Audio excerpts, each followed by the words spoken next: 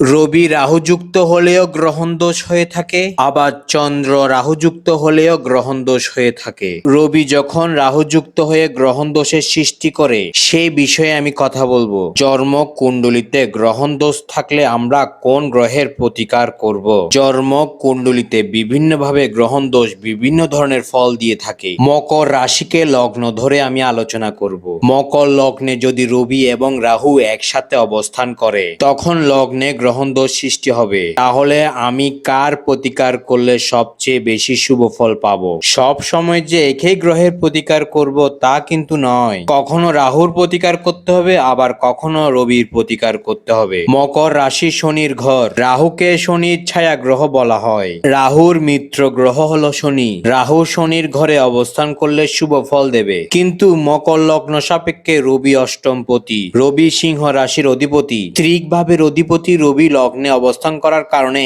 লগ্নকে অনেক বেশি মাত্রায় ক্ষতি করবে। রাহু জাতককে শুভ ফল দিতে চাইলেও ত্রিক ভাবের অধিপতি রবির কারণে রাহু গ্রহ শুভ ফল দিতে পারবে না। রবির বাধার কারণে রাহু শুভ ফল দিতে পারবে না। এক্ষেত্রে আমরা কার প্রতিকার করব? রাহুর প্রতিকার করব নাকি রবির প্রতিকার করব? সেটাই হলো মেইন বিষয়। এখানে আমরা রবির প্রতিকার করব। এখানে আমরা রবির পাথর ধারণ করাবো না। চুনি ধারণ করলে সবচেয়ে বেশি ক্ষতি হবে জাতকের। রবি দেবকে রত্নের পরিবর্তে প্রতিকার করতে হবে হোম যজ্ঞ করে, দান ধ্যান করে, পূজা পাঠ করে, বীজ মন্ত্র জপের মাধ্যমে এইগুলো করে রবিকে শান্ত করতে হবে। যদি রবিকে শান্ত করা যায় তাহলে রাহু মিত্র রাশিতে অবস্থান করে শুভ ফল দিবে জাতককে।